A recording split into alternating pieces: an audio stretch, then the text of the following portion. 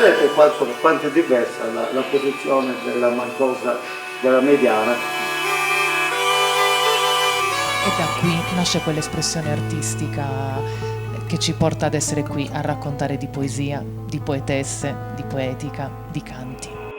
E oggi ci siete voi qui e siete anche eredi di una tradizione che a Oniferi ha dato veramente in Natalia delle voci molto importanti, riconosciute dalla comunità sarda. Molti dei nostri parenti, ma anche dei nostri conoscenti, praticavano questo tipo di canto. E questa è una cosa molto bella, molto importante che hanno fatto. Hanno scelto di insegnarci il sardo come prima lingua in un periodo in cui già si cominciava a parlare l'italiano. Non ci va si sderetta, che proprio tutta isa se si schetta.